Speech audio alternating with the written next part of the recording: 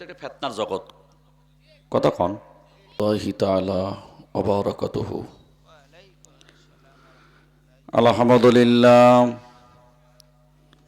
আলহামদুলিল্লাহি নাহমাদুহু ওয়া নাস্তাঈনুহু ওয়া নাস্তাগফিরুহু ওয়া নাউযু বিল্লাহি মিন শুরুরি আনফুসিনা ওয়া মিন সাইয়্যাতি আ'মালিনা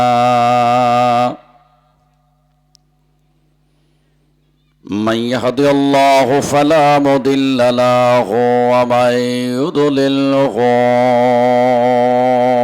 فلا هادي له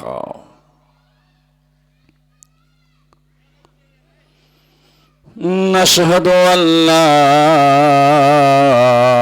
إله إلا الله وحده لا شريك له ونشهد أن سيدنا وسندنا وحبيبنا ومولانا محمدا عبده ورسوله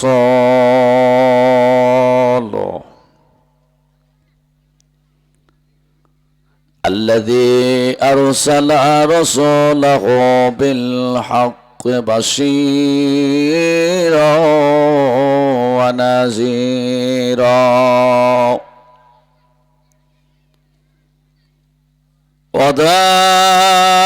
وداعيا إلى الله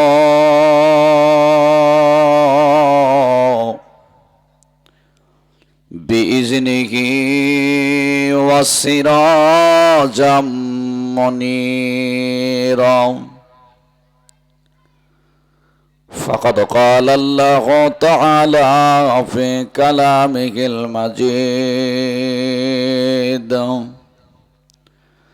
والفرقانه الحميد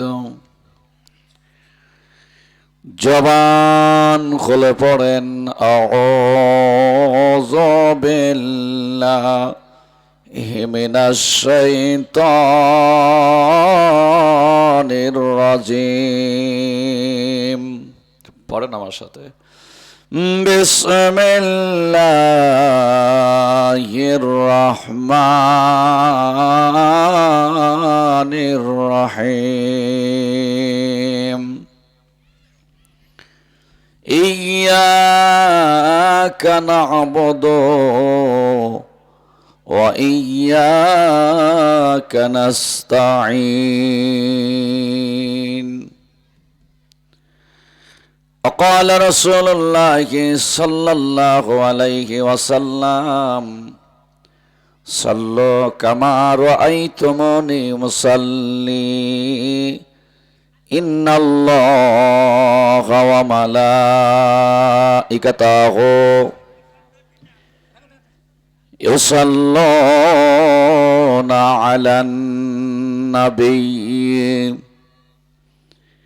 يا أيها الذين آمنوا صلوا عليه وسلموا تسليما اللهم صل على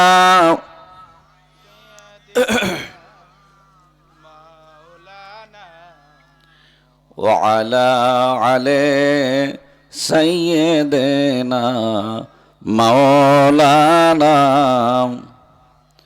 সকলে একটু জবান খুলে পড়েন আল্লাহুম্মা সাল্লি আলা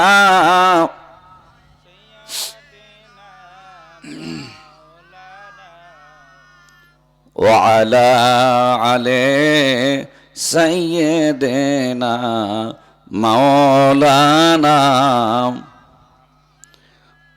উহুদের ময়দানে রসূল ভেঙেছ দান দান তো তা ফিরে গেছ এ জমিনে ইসলাম, ভুলে গেছি মোরা সে রাসূলের বিধান,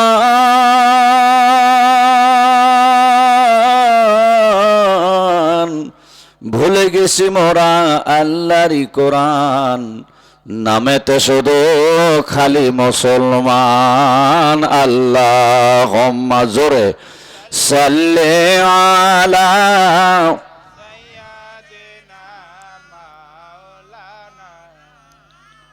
ওয়ালা আলে সাইয়্যিদিনা শফিয়ানা। তোর পাহাড়ের ধুলি লাগিয়া মুসা নবীর সম্মান বেড়ে যায়, আমার নবীর জুতার ধুলায় আল্লাহর আরশ ধন্য হয়। আল্লাহুম্মা সাল্লি আলা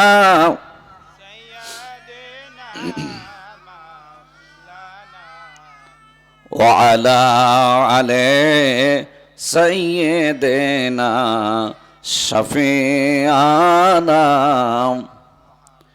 ওরে নিষ্ঠুর তায়েববাসী, মারলি পাথর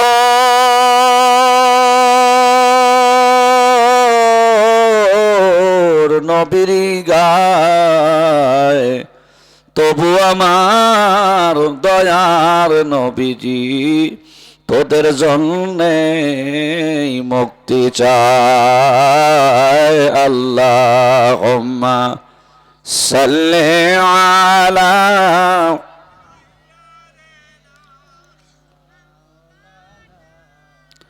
ওয়ালা আলে সাইয়্যিদিনা শফিয়ানা। একটু হাত তোলেন, আল্লাহুম্মা আমিন। জান্নাতের বাগান থেকে জান্নাতি মানুষদেরকে নিয়ে আমি গুনাহগার, গুনার বোঝা মাথায় নিয়া তোমার আলিশান দরবারে এতিমের মতো দোকান হাত উঁচা করে দিলাম।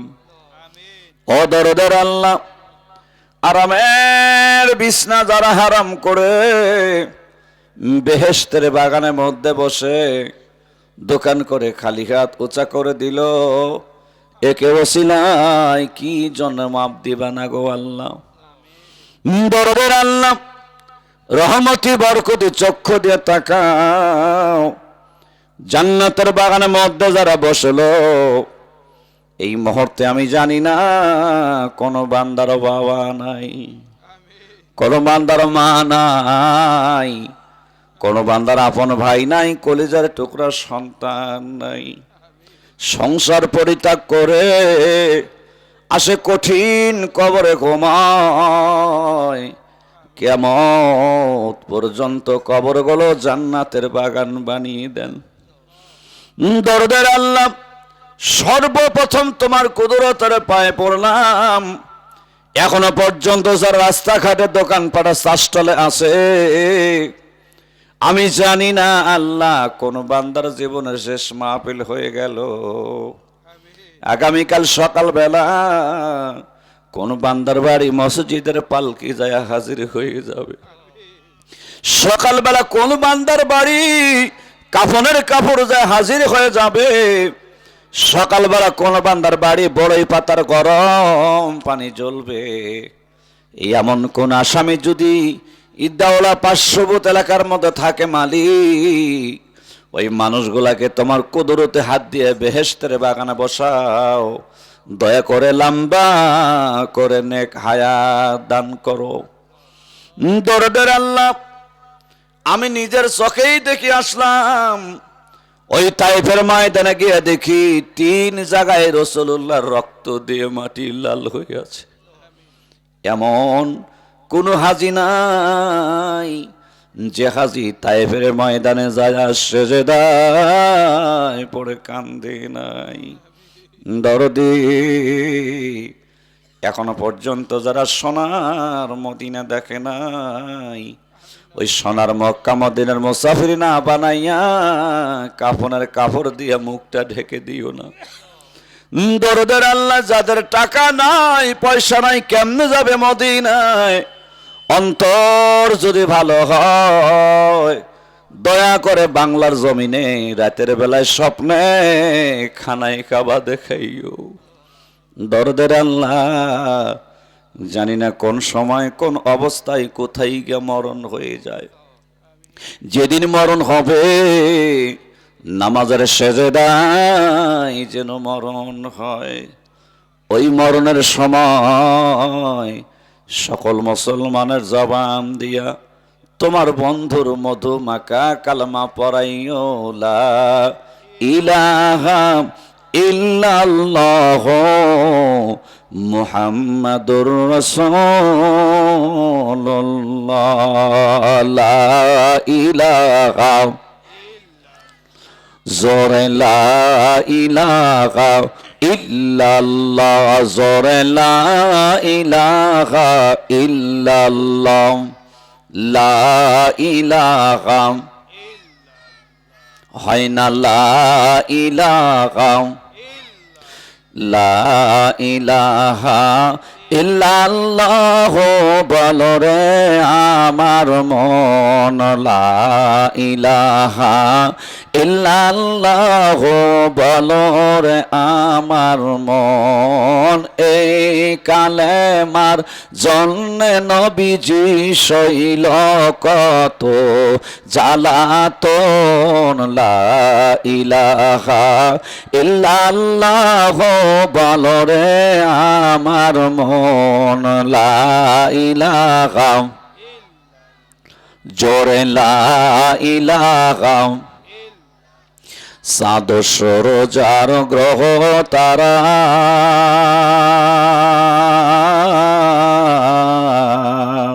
আল্লাহ নামের পাগল পারা, আমার আল্লাহ নামের এতই দয়া,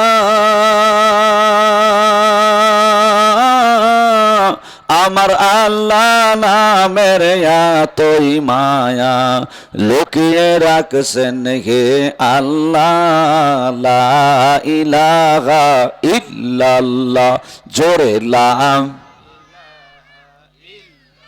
পাহাড় পর্বত নদ নদী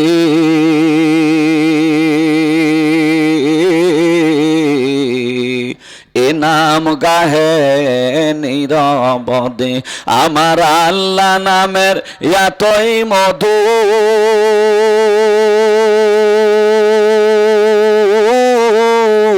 আমার আল্লাহ নামের এতই জাদু, লুকিয়ে রাখছেন হে আল্লাহ, লা ইলাহা, জোরে লা ইলাহা হয় না, লা ইলাহা ইল্লাল্লাহু ইল্লাল্লাহু ইল্লাল্লাহু ইল্লাল্লাহু ইল্লাল্লাহু ইল্লাল্লাহ, লা ইলাহা, জোরে লা ইলাহা, জবান খোলে লা ইলাহা, লা ইলাহা ইল্লাল্লাহ মুহাম্মাদুর রাসূলুল্লাহ।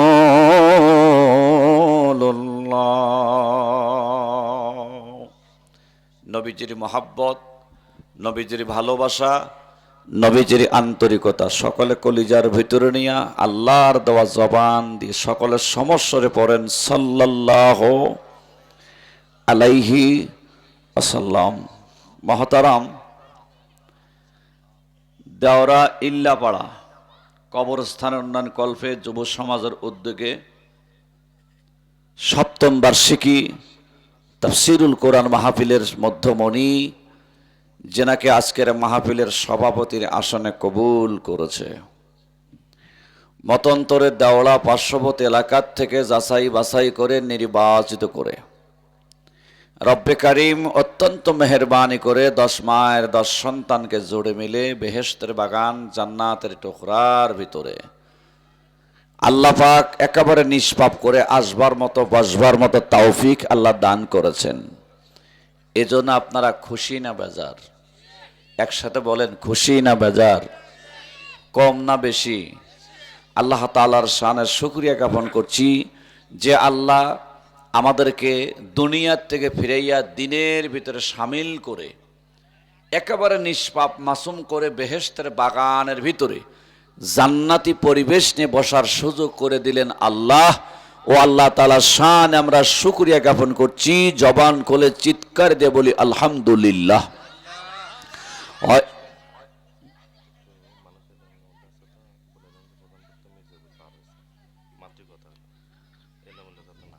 সকলে জবান খুলে বলেন আলহামদুলিল্লাহ।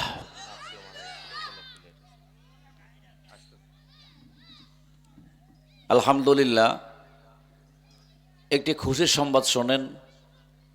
আপনাদের মাহফিলের যিনি প্রধান মেহমান জনাব মাওলানা মোহাম্মদ রুহুল আমিন যুক্তিবাদী সাহেব, উনি অবস্থান করছে, রাস্তার মাঝে আছেন, মির্জাপুর ছেড়ে আসছেন। বিলম্ব না করে রাস্তাঘাটে না থেকে আপনারা দয়া করে মাহফিলের ভিতরে বসেন। রব্বে কারিম সকলকে তৌফিক দান করুক, বলুন আমিন। রব্বে কারিম অত্যন্ত মেহেরবানি দয়া করে 10 মায়ের 10 সন্তানকে জোড়ে মিলে আসার তৌফিক দিলেন, সেজন্য মালিকের শানের শুকরিয়া জ্ঞাপন করছি। জবান খুলে আবারও বলি আলহামদুলিল্লাহ।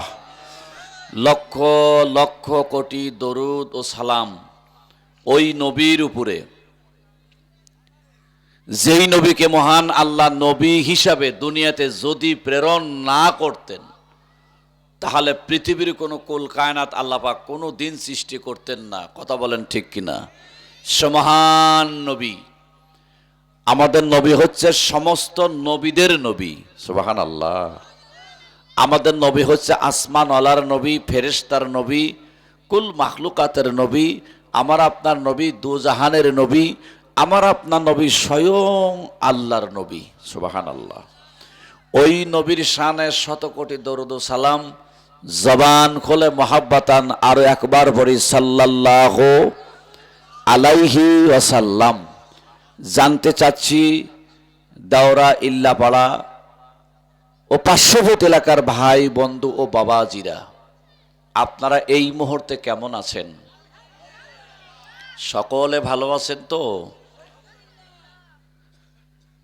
আল্লাহ রাব্বুল আলামিন আমাকেও ভালো রেখে সুস্থ রেখে আপনাদের সামনে কোরআন নিয়ে বসার সুযোগ দিলেন যে আল্লাহ, ও আল্লাহ তাআলার শান আমরা শুকরিয়া জ্ঞাপন করছি। আবারও বলি আলহামদুলিল্লাহ। আমার বাবাজিরা, ভাইনা, অজের শুরুতে আমি আপনাদেরকে একটু দৃষ্টি আকর্ষণ করছি একটি ছোট্ট প্রশ্ন। এই প্রশ্নের নাম হলো, আপনারা যে জান্নাতের বাগানে আসলেন, মাহফিলের ভিতরে বসলেন, কার জন্যে? সবাই বললেন না যে কার জন্যে? আরো জোরে জবান খুলে। এখন দেখতে চাই কারা কারা আল্লাহর জন্য মাহফিলে আসলেন। কুল ইন্না সালাতি ওয়া নুসুকি ওয়া মাহইয়ায়া ওয়া মামাতি লিল্লাহি রাব্বিল আলামিন। নামাজ, রোজা, হজ, যাকাত আমরা কার জন্য করি? আজকে মাহফিলে আসছে কার জন্যে? দেখি আল্লাহর জন্য কারা আইছেন? এক কান করে হাত আল্লাহ দেখান তো দেখি, আল্লাহর জন্য কারা আইছেন? আলহামদুলিল্লাহ, হাত নামান। আপনাকে আমি খুব খুশি হয়েছি যে আপনারা আল্লাহর জন্য আইছেন। অনেক মাহফিলের শোনেন আপনারা কার জন্য আইছেন? কয় হুজুর আপনার জন্য আসছি। ডাইরেক্ট কয় হুজুর আপনার জন্য আসছি। কিন্তু দাওড়া ইল্লাপাড়ার মানুষ সচেতন ব্যক্তিত্ব। আমি সবচেয়ে খুশি হলাম যে আপনারা কার জন্য আইছেন। এখন দেখতে চাই যারা আল্লাহর জন্য মাহফিলে আসছেন, আমি তাদেরকে এই কোরআনের পক্ষে আপনাকে দাওয়াত দিচ্ছি। দয়া করে মায়া করে যদি আল্লাহর জন্যই এসে থাকেন, আমি সকলকে দাওয়াত দিচ্ছি, সকলে লড়ে চড়ে উঠে দাঁড়ায়া একেবারে আমার সামনে আসা লাগবে, তাহলে বুঝবো আপনারা আল্লাহর জন্যই আসছেন। একটু প্লিজ কষ্ট হলেও দয়া করে আমার বেয়াদবি না নিয়ে, আমাকে ছেলে হিসাবে মনে করে এলাকার ভাই হিসেবে মনে করে আপনার সকলেই একজনও বসে থাকতে পারবেন না, সকলেই লড়ে চড়ে এক খাবারে মঞ্চ বরাবর আসবেন, আমার কাছে ভালো লাগবে। সকলে আলহামদুলিল্লাহ, জ্ঞানী যারা বোঝে তারা যদি করে ইশারা, আসেন, একজন মানুষও বাদ থাকবেন না।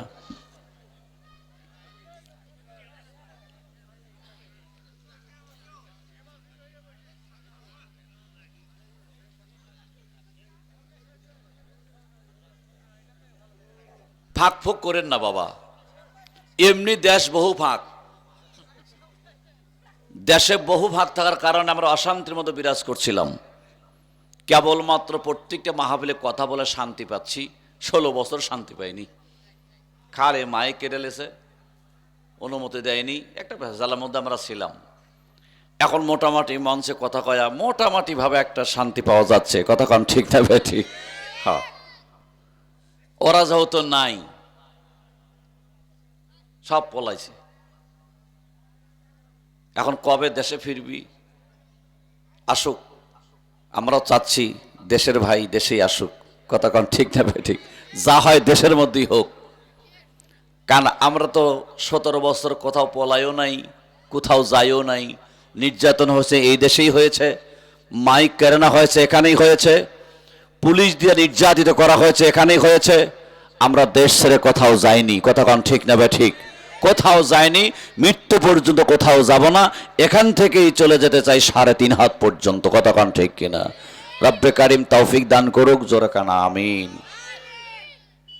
তোকার ব্যাটারি এমনি ভালো, তোরা হা হো আসতে ক, যেগুলো ব্যাটারি ড্যাম এগুলো তাজা করা লাগবে পানি দিয়া। ব্যাটারি যখন ফুল হয়ে যায় তখন ইয়াসিড পানি দেওয়া লাগে। তা আমরা বুড়ো হয়ে গেছি, আমাদের ব্যাটারি পানি নাই, তোকার ব্যাটারি একটা ফুল, তোরা এটা চিল্লে কম কর। আল্লাহ পাক কবুল করুন, জোরে কানা আমিন। এই পৃথিবীতে আপনারা 4 জন রাগ করছেন কি আমার সাথে? ঠিক আছেন তো? আচ্ছা, এই পৃথিবীতে এক সময় কি আমরা ছিলাম? কোথায় ছিলাম? জি হ্যাঁ, এটাই তো রুহের জগতে। সেখান থেকে আল্লাহ পাক পাঠালো কোথায়? মায়ের জগতে, মায়ের পেটের জগতে। এটা একটা জগৎ, মার পেটটা একটা দুনিয়া। কথা কন ঠিক কিনা? এখান থেকে আল্লাহ পাক পাঠাইলো এই ফেতনা দুনিয়ার জগতে। দুনিয়া কিন্তু একটা ফেতনার জগৎ। কথা কন, এই দুনিয়ার থেকে আমাকে আবার যাওয়া লাগবে এমন একটি জায়গা। এই জায়গার নাম কি? জোরে বলেন। ইহা খান সব মুসাফির হায়, কবর আকের ঠিকানা, কুইয়া গে রওয়ানা হায়, কই পিছে রওয়ানা। আমি যখন মারা যাব, আমাকে 4 জন যখন মসজিদে পালকিত করে নিয়ে যাবে, আমার সাথে অনেক মানুষ পিছে পিছে যাবে, কিন্তু আমার যখন দাফন হয়ে যাবে, আমার পাশে কেউ থাকবে? কেউ থাকবে না। একটা জিনিস থাকবে, সেই জিনিসটার নাম হলো নেক আমল। এখন নেক আমল করতে গেলে আমাকে কোন পরিবেশে থাকা লাগবে, কোন চরিত্রের হওয়া লাগবে, আমাকে সেটাকে শেখা লাগবে। কথা কন ঠিক কিনা? এটার জন্য এই পৃথিবীতে এমন একটা ব্যক্তি ছিল, এমন একটা ব্যক্তিত্ব ছিল, যিনি ছিল কোরআনের গবেষক, যিনি ছিল কোরআন শরীফের একজন পণ্ডিত, যিনি ছিল কোরআনের একজন আমলকারী। জোরে কোন কিসের আমলকারী? কোরআনের আমলকারী। এই মানুষটার নাম ছিল হলো হযরত ওমর ফারুক। জোরে নাম কি বললাম? হযরত ওমর। খালি ওমর না, আমাদের দেশে কত ওমর, ওসমান, আলী, বাটপার, চোর। কথা কন না কেন? তা আমি যার কথা বলতেছি ইনি হলো হযরত ওমর ফারুক রাদিয়াল্লাহু তাআলা আনহু। জোরে কোন সুবহানাল্লাহ। হযরত ওমর ফারুক যখন রাষ্ট্রপতি হলেন, জোরে বলুন কি হলেন? রাষ্ট্রপতি হলেন, অর্ধ পৃথিবীর খলিফা হলেন। এই ক্ষমতা কে দিল? ক্ষমতাদার মালিক কে? ওই ক্ষমতা কায়রানার মালিক কে? এই জন্য বলা হয়েছে ক্ষমতা চিরস্থায়ী নয়, ক্ষমতা হলো ক্ষণস্থায়ী। এখন আছে, সকালে নাই। কথা কন ঠিক কিনা ভাই? এটাই দুনিয়া। আমরা মিশেই দুনিয়াতে লাফালাফি করলাম কয়েক বছর, যে আমরাই হাম, আমরাই 41 সাল, আমরা 41 সাল। কিন্তু মালিক যে একটা কলম মেরে তুইছে যে তোরা যে 41 সাল 41 করুচ্ছু, ক্ষমতা তো চিরস্থায়ী না, কখন বল আমি ধাক্কা দিয়ে সরা দিই। কথা কন ঠিক নেবে ঠিক। তখন মানুষ গান গাবে, আগে জানলে তোর ভাঙ্গা লোকাই চড়তাম না। এখন বলতেছে, কিন্তু তখন বলছে কি, কয় সাল? 41 সাল। এটা বলা ঠিক না, এটা বলা ঠিক না। আমাকে বুঝতে হবে ক্ষমতা আসলে কারোর জন্য চিরস্থায়ী না। তো হযরত ওমর ফারুক যখন অর্ধ পৃথিবীর খলিফা হলেন, আল্লাহ তাকে বানালেন, আপনারা বলেন তো, গোটা বাংলাদেশ নয়, গোটা পৃথিবীতে যত রকমের নেতা আছে, যত রকমের নেতা, নেতা তো এক রকমের না, এক রকমের না। সমস্ত নেতার যোগ্যতা, ক্ষমতা